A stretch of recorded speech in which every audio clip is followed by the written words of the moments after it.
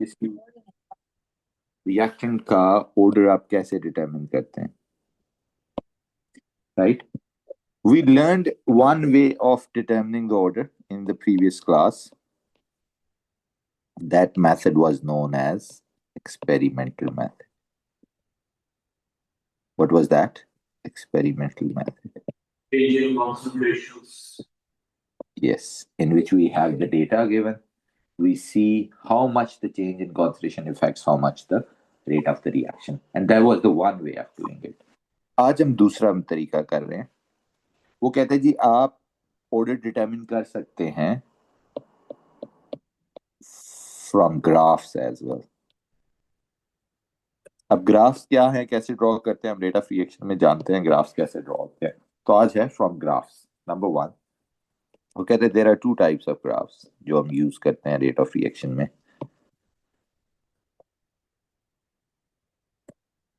जो नॉर्मली हम बनाते हैं, उन ग्राफ्स को देख के भी आप बता सकते हैं कि इस रिएक्टेंट का यहाँ ऑर्डर क्या है. पहला ग्राफ जो हम बताते हैं वो है rate of reaction versus concentration of reactant graph. इसे कहते हैं रेट वर्सेस कॉन्सेंट्रेशन. अगर ये ग्राफ लेट से हम बना रहे हैं, लेट से मैं एक जनरल रिएक्शन ले लेता हूं, ए और बी आपस में रिएक्ट करते हैं और प्रोडक्ट बना देते हैं.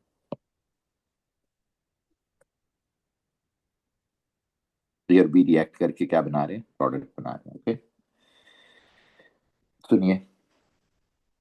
अब इसमें लेट से मैंने इस रिएक्शन को जब देखा तो मैंने ड्यूरिंग द रिएक्शन ए और बी को जब मिक्स करके रेट ऑफ रिएक्शन निकाला तो एक ग्राफ प्लॉट कर लिया जिसमें एक्स एक्सिस पे रेट था और ए की concentration on the X axis थी और रेट वाई एक्सिस पे था. सॉरी. तो जूं जूं एक डिफरेंट एक्सपेरिमेंट्स किए ना मैंने, पहले एक्सपेरिमेंट में ए की कॉन्सेंट्रेशन थी 1 मोल पर डीएम क्यूब, फिर 2 कर दी, फिर 3 कर दी, फिर 4 कर दी, फिर 5 कर दी. यानी कॉन्सेंट्रेशन ऑफ ए में इंक्रीज इंक्रीज इंक्रीज करता गया. ठीक है, उससे रेट ऑफ रिएक्शन भी क्या होगा, इंक्रीज होता जाएगा. ओके, आप देखते हैं क्या इफेक्ट है. देखना जरा, जब हमने पहली दफा ए की कॉन्सेंट्रेशन ली तो लेट से रेट था यहाँ 2 मोल पर डीएम क्यूब, फिर बढ़ा के rate concentration of a rate measure किया, फिर बढ़ा के फिर बढ़ा के फिर बढ़ा के फिर बढ़ा के.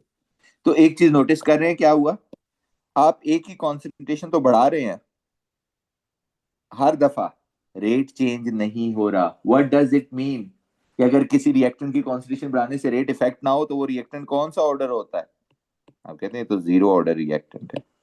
Okay, so this is a zero order reactant. Got it? So this is how you check it. Next, ये एक तरीका हो गया. दूसरा तरीका जी, ये जो आपने जीरो ऑर्डर का बोला है target, can you explain it? क्योंकि देखो हम एक्सप्लेन कर देता हूँ. जैसे ये ए है एक बीकर में, कोई भी रिएक्टेंट हो सकता है, ये बी है.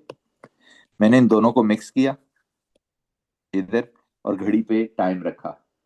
इस वक्त ए की कॉन्सेंट्रेशन है 1 मोल पर डीएम क्यूब. कितनी है, 1 मोल पर डीएम क्यूब. मिक्स करके रेट निकाला. ठीक है, समझ आ रही है बात. रेट आया 2 मोल पर डीएम क्यूब पर सेकेंड. एज्यूम कर रहा हूं एक्सपेरिमेंट 2 था, ये एक्सपेरिमेंट कौन सा था, 1. एक्सपेरिमेंट 2 में मैंने क्या किया, ए की कॉन्सेंट्रेशन डबल कर दी 2 मोल पर डीएम क्यूब. बी पहले ही एक्सेस में था. ओके, बी पहले ही लार्ज एक्सेस में है. फिर दोनों को मिक्स किया और रेट निकाला. ठीक है, दोनों को मिक्स करके रेट निकाला. आपको पता है रेट दोबारा कितना आया, 2 मोल पर डीएम क्यूब पर सेकेंड. फिर इसकी कॉन्सेंट्रेशन 3 मोल पर डीएम क्यूब की, किसकी, सी की, ए की. आपको पता है रेट फिर 2 मोल पर डीएम क्यूब पर सेकेंड आया. आप ही बता दें मुस्तफा क्या मतलब है कि मैं एक ही तीनों एक्सपेरिमेंट में एक ही कॉन्सेंट्रेशन 1 से 2, 2 से 3 की है, रेट इफेक्ट नहीं हो रहा. व्हाट डज इट मीन, ए का क्या ऑर्डर होगा, जीरो ऑर्डर. यस. अगर कोई रिएक्टेंट की कॉन्सेंट्रेशन चेंज करने से रेट इफेक्ट नहीं हो रहा तो वो जीरो ऑर्डर होगा ना. लेकिन मैंने इसको प्लॉट कैसे किया, फिर मैंने ये ग्राफ में देखो, पहली दफा रेट कितना था 2 मोल पर डीएम क्यूब, दूसरी दफा कितना था 2, तीसरी दफा 2, आप देख रहे हो कि रेट चेंज नहीं हो रहा, रेट वाई एक्सिस पे है ना, कॉन्सेंट्रेशन ऑफ ए चेंज हो गई 1 2 3 4 5, rate is unaffected, so what does it mean, एक ऑर्डर जीरो हो गया ना, right. On the other hand इधर देखना जरा, अगर मैंने यही बी के साथ रिपीट किया, इधर देखो आमना, इधर रेट ले लिया, इधर बी की कॉन्सेंट्रेशन ले ली, इधर सुने, जब मैंने बी की कॉन्सेंट्रेशन ली 1 मोल पर डीएम क्यूब, रेट भी आया 1, जब 2 ली तो रेट 2 आया, 3 ली तो रेट 3 आया, 4 ली तो रेट 4 आया, 5 ली तो रेट 5 आया। क्या मतलब है, जू जू कॉन्सेंट्रेशन इंक्रीज करते जा रहे हैं, रेट क्या होता जा रहा है, इंक्रीज होता है, और उसी पेस से इंक्रीज होता जा रहा है, इधर देखो। तो जब मैंने लाइन बनाई तो इस तरह किया है, आप कहते हैं तो बिल्कुल straight line passing through origin, हम कहते हैं यस ये, and this is for the first order reactant. So मैं बेसिकली मुस्तफा शॉर्टकट बताने की कोशिश कर रहा हूं कि अगर रेट वर्सेस कॉन्सेंट्रेशन ग्राफ में अगर passing through origin straight line होगी तो वो रिएक्टेंट कौन होगा, फर्स्ट ऑर्डर होगा। अगर पैरेलल टू एक्स एक्सिस एक सीधी लाइन होगी तो वो कौन सा ऑर्डर होगा, जीरो ऑर्डर होगा। और इन दोनों के अलावा कोई भी तीसरी एक्सपोनेंशियल टाइप ऑफ ग्राफ होगा तो वो क्या होगा, सेकंड ऑर्डर होगा। हमारे सिलेबस में नहीं है इसलिए मैं उसको नहीं बता रहा, लेकिन लिख देता हूं कि any other type of curve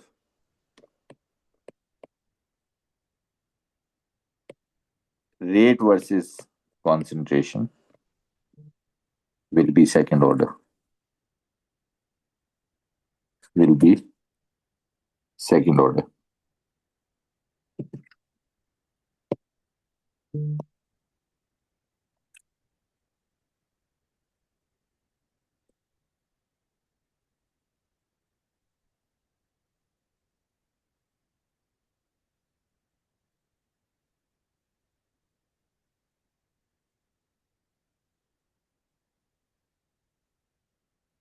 आ जाते हैं दूसरी टाइप के ऊपर, नंबर 2,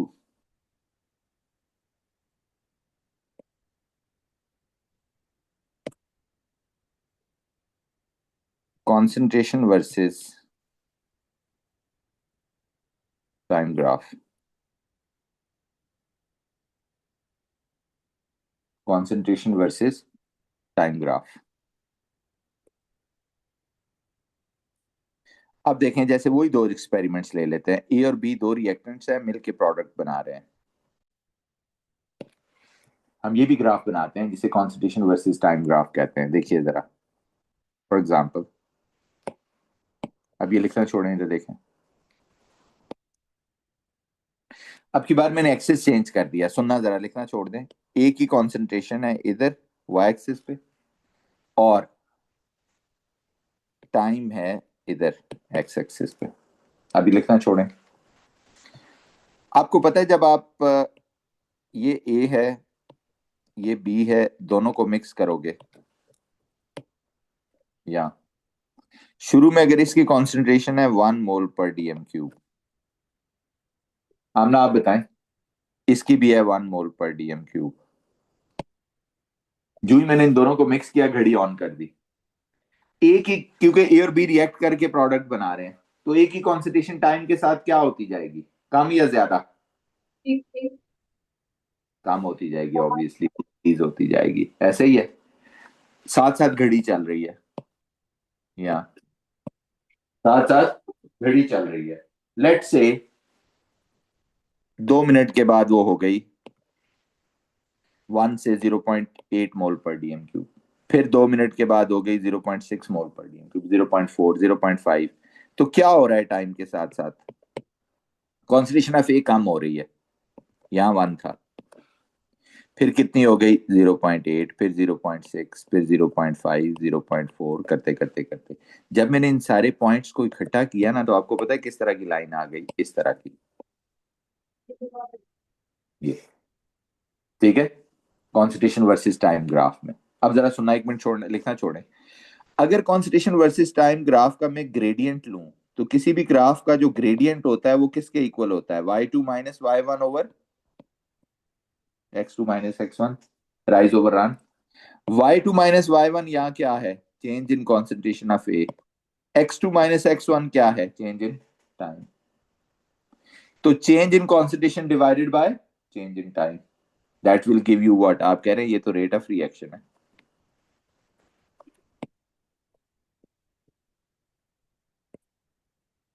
तो इसका मतलब है कि किसी भी कॉन्सेंट्रेशन वर्सेस टाइम ग्राफ का जो ग्रेडियंट होता है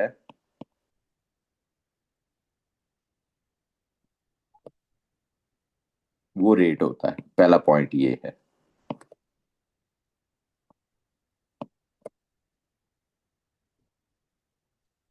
किसी भी कॉन्सेंट्रेशन वर्सेस टाइम ग्राफ का जो रेट होता है वो उसका ग्रेडियंट है।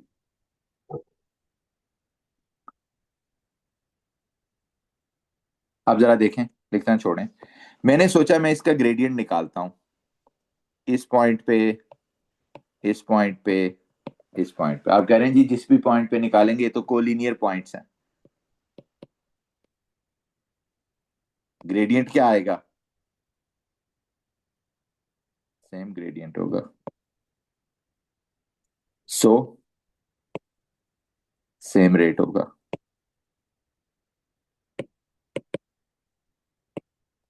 लेकिन आप कह रहे हैं इन तीनों पॉइंट्स पे कॉन्सेंट्रेशन तो सेम नहीं थी एक ही। यहाँ 1 मोल पर डीएम क्यूब थी, यहाँ 0.6 मोल पर डीएम क्यूब थी, यहाँ लेट से 0.4 मोल पर डीएम क्यूब थी।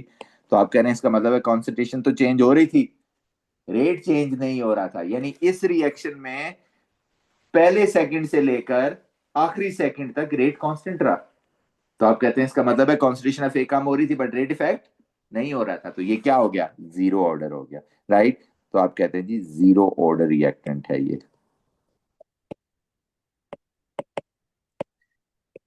As no change in rate with decrease in concentration of A.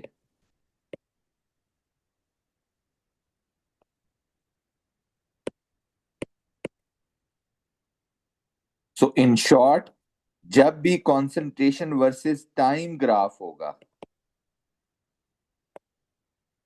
और स्ट्रेट लाइन होगा, it means zero order reactant होगा।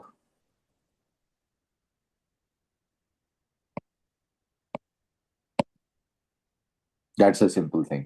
लॉजिक मैंने पूरी बना के बताई है कि क्यों ऐसा होता है, बट ओवरऑल जो ही आपने देखा, ये देखो, आपने कहा concentration of A plotted against the time, Sidhi line है, आप समझ गए ये जीरो ऑर्डर है जी रिएक्टेंट ए। क्योंकि आप देख रहे हो कॉन्सेंट्रेशन के एक ही काम हो रही है, एक्स एक्सिस पे नजर आ रहा है, वाई एक्सिस पे, एक्स एक्सिस पे टाइम चेंज हो रहा है। आप कह रहे हो कॉन्सेंट्रेशन ऑफ ए तो चेंज ही नहीं, चेंज हो रही है बट ग्रेडियंट कांस्टेंट है, रेट चेंज नहीं हो रहा, तो जीरो ऑर्डर है। इसका मतलब है अगर आप कॉन्सेंट्रेशन ऑफ बी को प्लॉट करते हो, अब देखते ही ग्राफ समझ आ जाती है, राइट? मैंने एक और ग्राफ ड्रॉ किया, इधर देखो, मैंने बी लिया इधर, इधर लिया टाइम, और जब ग्राफ प्लॉट किया इसकी भी कॉन्सेंट्रेशन शुरू में 1 मोल पर डीएम क्यूब थी, तो ये आया इस तरह।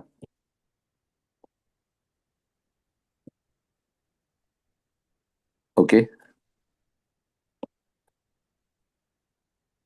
यूं।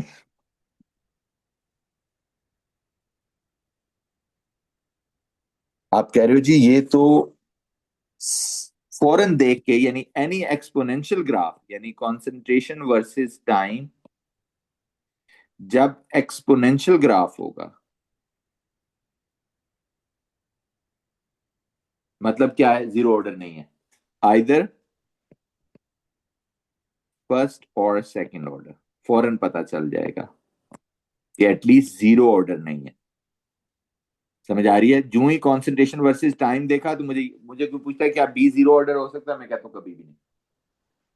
आइदर फर्स्ट ऑर्डर है या बी का सेकंड ऑर्डर है इन दिस रिएक्शन। क्यों? क्योंकि जो ग्राफ आया वो क्या है? एक्सपोनेंशियल है, सीधा आता है अगर वो हो तो। आप कहते हैं जो फिर कैसे डिफरेंशिएट करोगे कि ये फर्स्ट है या सेकंड ऑर्डर है? वो कहता है जी देयर आर टू मेथड्स,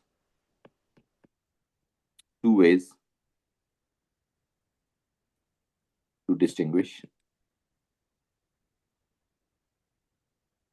पहला तरीका है यूज हाफ लाइफ। कहता आप इसका आसान तरीका और सादा तरीका है कि आप हाफ लाइफ यूज करें। मतलब हाफ लाइफ यूज करने का क्या मतलब है, देखें जरा। कहते जी हाफ लाइफ यूज करने का मतलब ये है, इधर सुनो, पहले हाफ लाइफ समझो क्या है। हाफ लाइफ की डेफिनेशन क्या है?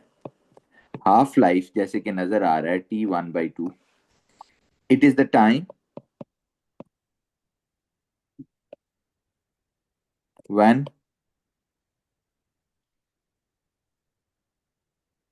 it is the time taken to change the concentration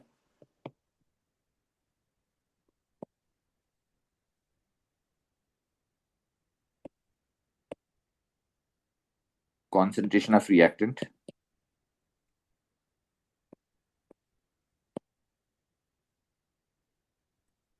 to one half of the original value.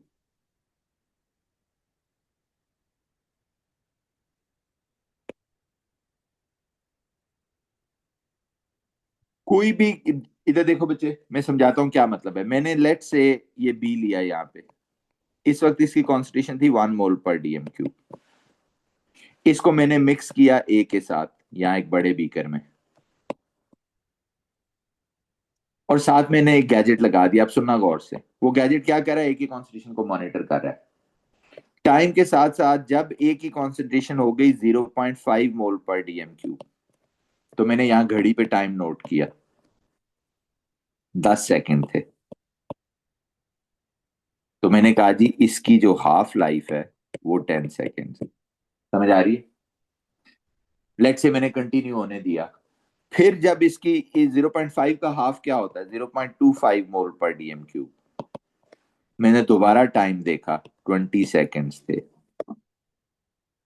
क्या टाइम था? 20 सेकेंड। तो क्या चेंज आया? आपने कहा जी कि ये 0.5 से 0.25 आधा होने में 10 to 20 मतलब 10 सेकेंड्स दोबारा लगे ना। तो आपने कहा जी ये तो दोबारा हाफ लाइफ तो वही है, 10 सेकेंड्स।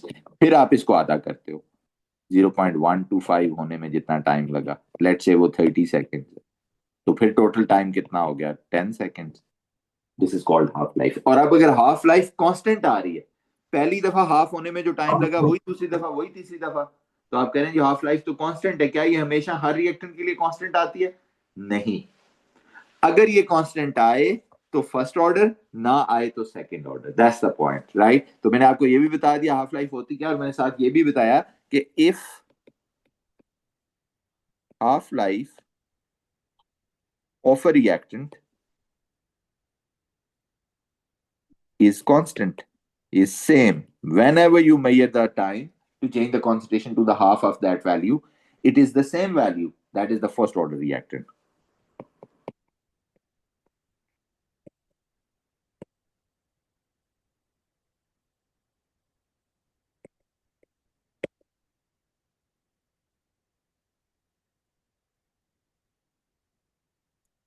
Otherwise, अब मैं सिंपल बता रहा हूं, अदरवाइज सेकंड ऑर्डर।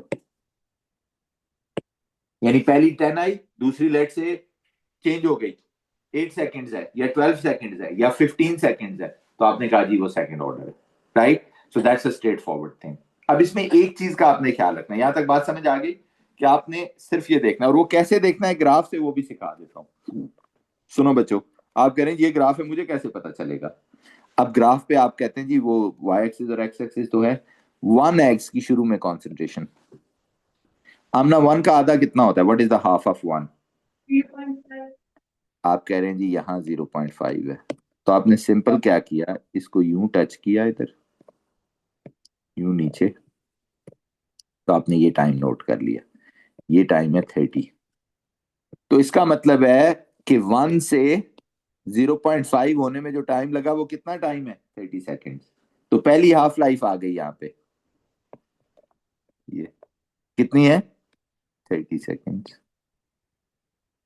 आपने कहा फिर 0.5 का आधा कितना होता है मुस्तफा? 0.5 का आधा कितना होता है? फिर आप 0.25 जब होगा, फिर टाइम नोट किया, यहाँ आया 60। तो Amna what is the time for the second half life? Again T, second half life कितना है? 2T12 कहते हैं इसको। आप कह रहे हैं वो भी तो 30 सेकेंड ही है। पहली दफा आधा होने में 30 सेकंड लगे, फिर दूसरी दफा आधा होने में फिर 30 सेकंड लगे, तो आपने कहा जी ये कांस्टेंट हाफ लाइफ आ रही है।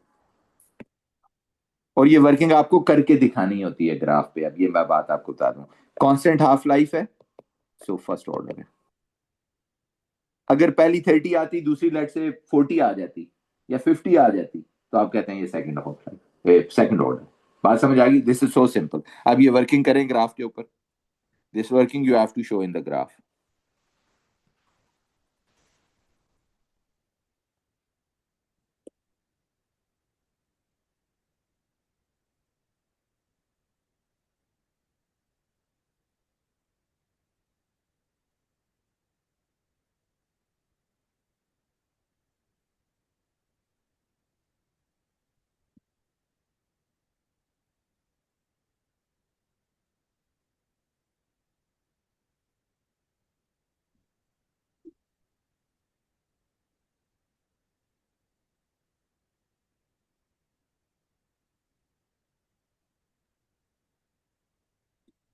अब ये मेथड, एक बात सुनो जरा, सिर्फ तब अप्लाई होता है जब overall order of the reaction क्या होना चाहिए, वन।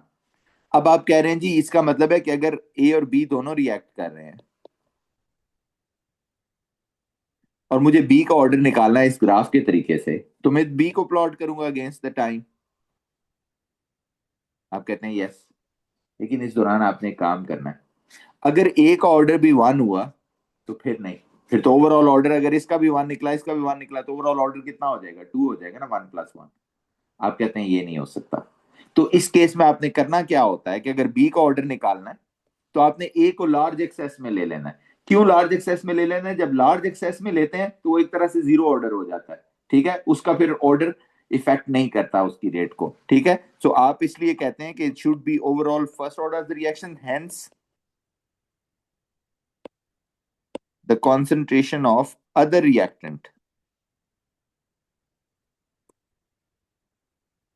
जो कि इस केस में ए है,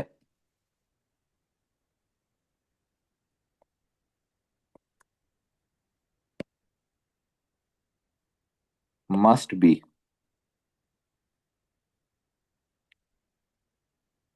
इन लार्ज एक्सेस।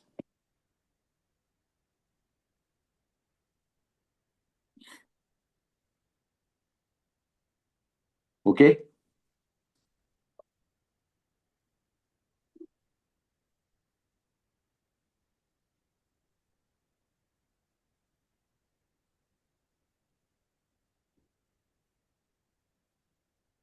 अब इसी का एक दूसरा तरीका भी है बच्चों, वो थोड़ा लेंथी है, वो पेपर 5 में ज्यादातर आता है, लेकिन P4 में भी आ सकता है। सेकंड वे, अब देखो बच्चों, अगर यही ग्राफ आपको दिया हुआ है, इधर देखें, ये बी की कंसंट्रेशन इधर है, इधर टाइम है, आपको वो कह रहा है जी कि ये ग्राफ है, गोज लाइक दिस, तो आप समझ जाते हैं ये तो कंसंट्रेशन वर्सेस टाइम ग्राफ। आपको कहते हैं जी ऑर्डर निकालना है, ये 1 है, ये 0.8 है, ये 0.6 है, ये 0.5 है, ये 0.4 है, ये 0.3 है, एटसेट्रा एटसेट्रा एटसेट्रा।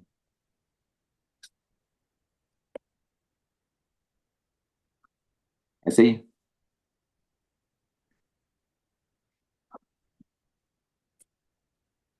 ये आपके सामने, गॉट इट। अब जरा लिखना छोड़ें तो देखें, आप कहते हैं जी कि हाफ लाइफ नहीं यूज करना, फिर भी बताओ ये ऑर्डर फर्स्ट है या सेकंड है, तो एक और तरीका भी है। आप कहते हैं ये कॉन्सेंट्रेशन वर्सेस टाइम ग्राफ है, तो मेरा ये कॉन्सेप्ट है, इसका ग्रेडियंट जहां भी लूंगा तो वो किसके इक्वल आएगा, उस जगह रेट के इक्वल आएगा ना।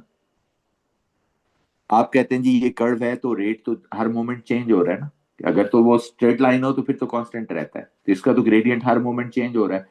तो आप कहते हैं जी कि कर्व का ग्रेडियंट आप कैसे लेंगे? आप कहते हैं जी आप एक काम करें, लेट से मैं आपसे पूछता हूं कि जब, अब सुनना जरा, बी की कॉन्सेंट्रेशन, ये गौर से सुनना जरा, थोड़ा ट्रिकी है, 1 मोल/dm³ है,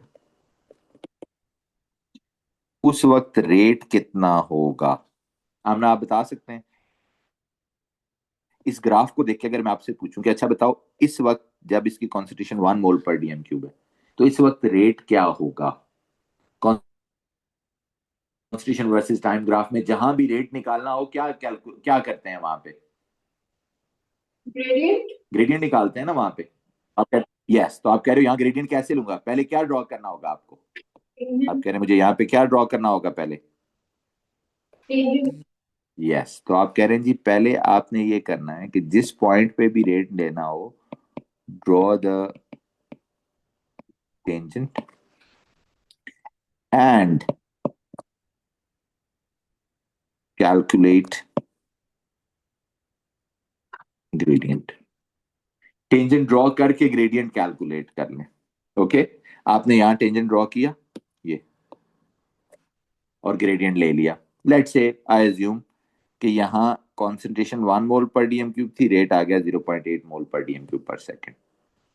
अब मुझे कोई कहता है कि नहीं, जब 0.5 था तब भी मुझे बताओ रेट क्या है। तो मुस्तफा अगर इस जगह पे दोबारा रेट निकालना है इस पॉइंट पे, तो दोबारा क्या ड्रॉ करना होगा हमें? और फिर क्या कैलकुलेट करना होगा? ग्रेडियंट। आप कहते हैं दैट्स सो सिंपल, जिस पॉइंट पे भी आपने निकालना है कॉन्सेंट्रेशन वर्सेस टाइम ग्राफ में, उस जगह पे आप ड्रॉ करें टेंजेंट, और उस जगह पे क्या कैलकुलेट कर लें? ग्रेडियंट। तो आपके पास रेट आ जाएगा। वहां लेट से कॉन्सेंट्रेशन हो गया 0.5 मोल पर डीएम क्यूब बी की, और रेट आ गया है 0.4। अब आप ये तरीका हमने पीछे करके आए हैं पिछले वाले पार्ट में। हम ना क्या बता सकते हैं कॉन्सेंट्रेशन क्या हुई है? आधी। रेट भी क्या हो गया? What does it mean? What does it mean? One first order. Yes, आप कह रहे हैं it's a first order reactant. आप कह रहे हैं जी कॉन्सेंट्रेशन आधी हुई है, रेट भी आधा हो गया है। तो this is how you look at the this. Although ये मेथड थोड़ा लेंथी है, पेपर 5 में ज्यादा आने के चांसेस हैं, but this is another method जिसमें कॉन्सेप्ट क्या है कि कॉन्सेंट्रेशन वर्सेस टाइम ग्राफ का जो ग्रेडियंट है वो रेट होता है। जिस एक पर्टिकुलर पॉइंट पे रेट निकालना है उस जगह पे टेंजेंट ड्रॉ करो, calculate the gradient. Draw the tangent and calculate the gradient, and then compare how the change in concentration has produced the change in the rate, will tell you the order of that reactant. Okay, so that is what I have to write. इसका आप copy कर लें, मैं साथ ये लिख देता हूँ वर्ड्स में। ठीक है, कॉपी कर लें इसको ताकि आपको याद रहे कि हाँ ये सारा काम करना होता है। ठीक है, draw the tangent and calculate the gradient, और फिर कहता है compare the rates with concentration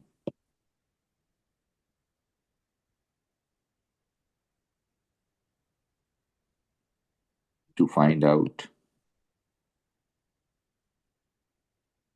the effect of change in concentration on rate, hence order with respect to that reactant, और उससे आपको order पता चल जाएगा।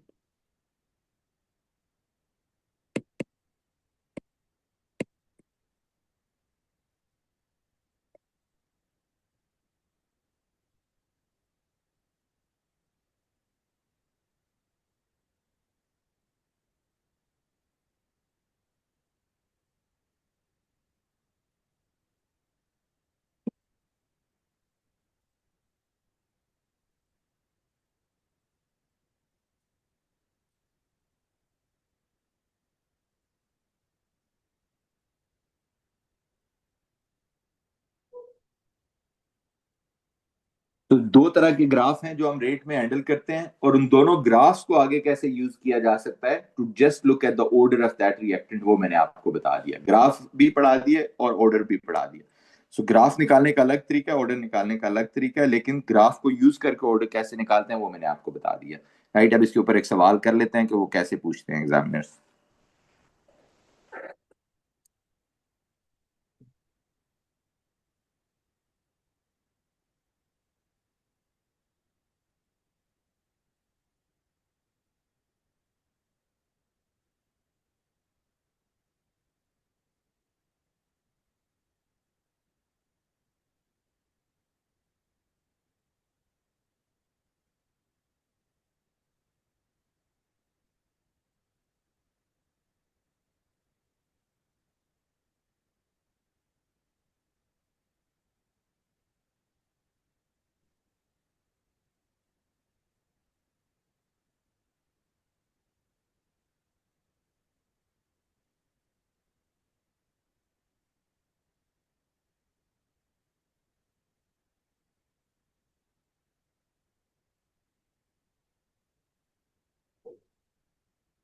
गया?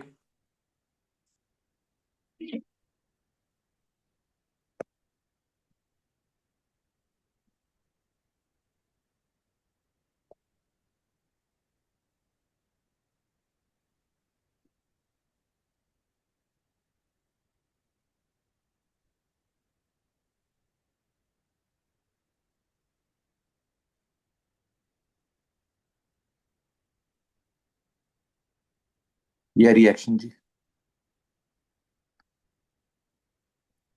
ये देखो बच्चों,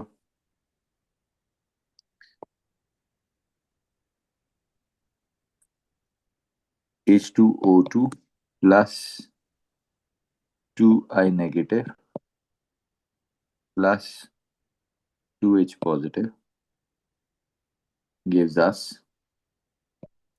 2H2O plus I2। ये रिएक्शन है बच्चों। इसमें कितने रिएक्टेंट्स आपको नजर आ रहे हैं? देखें जरा, how many reactants you can see?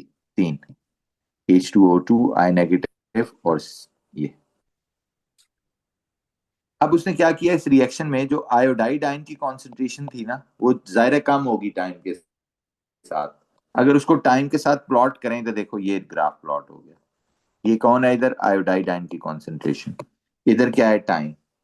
तो कौन सा ग्राफ हो गया ये Amna? Concentration versus time graph. इसमें आपको सिखाया है अगर ये सीधी लाइन आए तो जीरो ऑर्डर होता है, और अगर ये एक्सपोनेंशियल आए तो जीरो फर्स्ट या सेकंड होता है। तो आपने बताइए आयोडाइड का ऑर्डर जीरो हो सकता है या नहीं हो सकता? अगर मुझे कोई पूछता है आयोडाइड का ऑर्डर बताना है इन दिस रिएक्शन, तो पहला सवाल मेरे से पूछ रहा है, is it possible that iodide ion concentration is zero? Why not? Why not? Yes, this is an exponential graph. So in case of any exponential graph, this is not possible. Because in order to be a zero order, the graph must be a straight line. Okay, so for the zero order, it's not possible. अब ये कैसे पता चलेगा? How would I differentiate between being a zero order or the first order? What do you think? Plot tangent and calculate the gradient. Sorry? Plot the tangent and calculate the gradient. Yes, एक तरीका ये है, which is a quite lengthy way of getting it done. Half short way क्या है? Half life भी तो use कर सकते हैं। लेट से आप हाफ लाइफ यूज करते हैं, ये पहली इसकी कॉन्सेंट्रेशन है 0.001। इसका आधा कितना होगा मुस्तफा? आमना? यस, तो कितनी हाफ लाइफ आ गई है? What is 90 seconds. अब एक और चेक करनी है टू कंफर्म कि यही हाफ लाइफ है, तो इसी को आधा कर लो। वैसे तो कोई भी कहीं से भी आप आधा कर सकते हो, बट इसी को आधा कर लेते हैं तो वो आसान हो जाएगा। 0.005 का आधा कितना होता है? Between 0.003 and 0.0025 ना। अब देखो पहली हाफ लाइफ अगर 90 सेकेंड्स थी, तो दूसरी कितनी है? देखो जरा, what is the second one? वो भी तो 90 है। यस, तो आप कह रहे हैं जी ये फर्स्ट ऑर्डर है, तो iodide ion is the first order. Sir कभी ऐसा होता है कि वो स्पेसिफाई करे कि टेंजेंट बनाए? जी ऐसा भी होता है। यस, ऐसा भी होता है। वो कभी कभार आपको कह देता है कि आपने हाफ लाइफ यूज नहीं करना, तो फिर आपके पास you are left with no option. फिर वही जो मुस्तफा वाली बात थी कि आप पहला टेंजेंट यहां ड्रॉ करते, फिर आप एक टेंजेंट यहां ड्रॉ करते, ठीक है, फिर यहां पे रेट आ जाता है, यहां पे भी रेट आ जाता है, दोनों पॉइंट्स पे रेट आ गया ना, तो दोनों पॉइंट्स पे कॉन्सेंट्रेशन भी है आपके पास। तो फिर आप कंपेयर कर लेते हैं 0.001 और 0.0005, ये दोनों कॉन्सेंट्रेशन है। एक जगह रेट 0.8 था, एक जगह रेट 0.4 है, तो कॉन्सेंट्रेशन आधी हुई है तो रेट भी आधा हो गया, तो आप कहते हैं जी ये फर्स्ट ऑर्डर। और अगर ये 0.8 से 0.2 हो जाता है तो आप कहते हैं ये सेकंड ऑर्डर। ओके, तो ये भी एक तरीका है उसको निकालने का। अभी तो देखें जरा, वो कह रहे ये 3 रिएक्टेंट्स हैं, ए बी सी। कौन कौन से 3 रिएक्टेंट्स हो गए? प्रोपेनॉन, आयोडीन और H पॉजिटिव, ये 3 रिएक्टेंट्स है। Reaction is found to be first order with respect to propanone. ये उसने बता दिया है कि इसका ऑर्डर कितना है, 1। And with respect to H positive, B first order है, और with respect to iodine 0 order है। तीनों को ऑर्डर याद हो गया, 1 1 0 यानी 1 0 1। अब कह रहा है जी आप ये बताएं concentration of a reactant changes with the time.